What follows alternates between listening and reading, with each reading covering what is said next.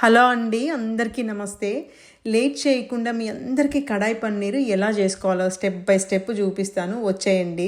First కడాయి మసాలా కోసం ప్యాన్లో 2 red మిర్చి, 2 టేబుల్ స్పూన్ ధనియాలు, 10 మిరియాలు, 2 టీ స్పూన్ సోంపు, ఫెనల్ సీడ్స్, 2 టీ స్పూన్ జీలకర్ర వేసుకొని లో ఫ్లేమ్లో మసాలాలన్నీ మంచిగా డ్రై రోస్ట్ చేసుకోవాలి. అసలు ఆ స్మెల్ ఎలా వస్తుందంటే సూపర్ వస్తుంది అసలు.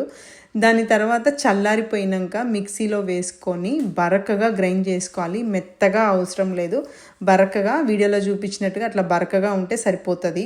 దాన్ని పక్కన పెట్టేసేసుకొని ఇప్పుడు ఆనియన్ తీసుకొని కార్నర్ కట్ చేసేసుకొని ఆనియన్కి లేయర్స్ ఉంటుంది కదా, ఆ లేయర్స్ అన్నీ తీసేసుకొని కరెక్ట్గా సైజులో సమానంగా ఈక్వల్ సైజులో క్యూబ్ లాగా చేసుకోవాలి, ఒక 1 కప్ వచ్చేటట్టుగా. తర్వాత టొమాటోస్ తీసుకొని దాంట్లో లోపల ఉన్న గుజ్జు కూడా తీసేసుకొని దాన్ని కూడా సేమ్ ఆనియన్ లాగా క్యూబ్స్ లాగా ఈక్వల్ సైజులో కట్ చేసుకోవాలి. దీన్ని ఒక 1/2 కప్ కానీ 1 కప్ కానీ వచ్చేటట్టు కట్ చేసుకొని పక్కన పెట్టేసేసుకోండి. ఇప్పుడు బెల్ పెప్పర్ కూడా అంతే, ఆనియన్ లాగా ఈక్వల్ సైజులో కార్నర్స్ తీసేస్తే ఈక్వల్ సైజులో మంచిగా క్యూబ్ లాగా కట్ అయిపోతాయి. అవి ఒక 1 కప్ కూడా చేసేసుకొని అవి కూడా పక్కన పెట్టేసేసుకొని ఫైనల్గా పన్నీర్ మాత్రం 2 కప్స్ వచ్చేటట్టుగా కట్ చేసుకోండి. వెజిటేబుల్స్ అన్నీ ఈక్వల్ సైజులో ఉండేటట్టుగా కట్ చేసుకోవాలి కడాయి పన్నీర్కి, అదే ఇక్కడ సీక్రెట్.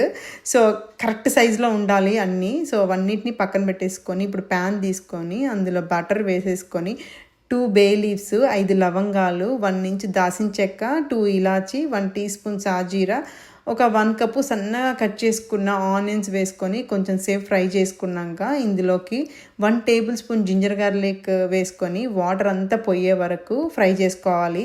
ఫైనల్గా ఇందులోకి కొంచెం పసుపు, ఇంకా తగినంత కారము, ధనియా పౌడరు, జీలకర్ర పౌడర్ కూడా వేసుకొని 3 టేబుల్ స్పూన్ మనం ఆల్రెడీ ముందే ప్రిపేర్ చేసుకున్నాం కదా కడాయి మసాలా, అది కూడా వేసుకొని మసాలాలన్నీ మాడిపోకుండా ఉండడానికి ఒక 2 కప్స్ వాటర్ పోసుకొని ఆయిల్ ఊజ్ అవుట్ అయ్యేంత వరకు కుక్ చేసుకోవాలి. ఇప్పుడు ఇందులోకి 3 టమాటోస్ నుంచి గ్రైండ్ చేసి తీసుకున్న ప్యూరీ వేసుకొని ఇంకా తగినంత సాల్ట్ వేసుకొని ఒక 5 మినిట్స్ మూత పెట్టుకొని ఆయిల్ అంతా ఊజ్ అవుట్ అయ్యేంత వరకు కుక్ చేసుకోవాలి. దీన్ని కూడా ఫైనల్గా ఇందులోకి 2 కప్స్ హాట్ వాటర్ వేసుకొని ఇంకో 5 మినిట్స్ కుక్ చేసుకోవాలి.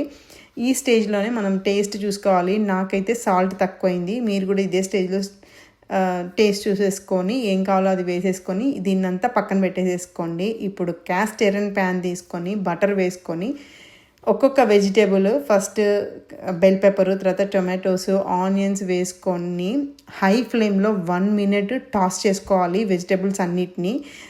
ఆ తర్వాత మళ్ళీ పన్నీర్ వేసుకోవాలి. ఫస్ట్ వెజిటేబుల్స్ వేసుకున్నాక తర్వాత పన్నీర్ వేసుకొని సాల్ట్, ఇంకా రిమైనింగ్ కడాయి మసాలా కూడా వేసుకొని ఒక 2 మినిట్స్ మంచిగా ఫ్రై చేసేసుకున్నాక మనం ఆల్రెడీ ముందే ఆనియన్ టొమాటో మిక్చర్ కుక్ చేసుకున్నాం కదా, అదంతా ఇందులో వేసేసుకొని మంచిగా అన్నీ కలిసేటట్టుగా కలుపుకోవాలి. మెల్లిగా ఒక 2-3 మినిట్స్ దీన్ని కుక్ చేసుకున్నాక ఇక్కడ ఒక ఆప్షనల్ ఇంగ్రీడియంట్ వేసుకున్నాను నేను, అది ఏంటి అంటే విప్పింగ్ క్రీము. నా విప్పింగ్ క్రీమ్ ఎందుకు అలా ఉంది అంటే నేను ఫ్రీజ్ చేసుకున్నాను లెఫ్ట్ ఓవర్ విప్పింగ్ క్రీమ్ ఉంటే.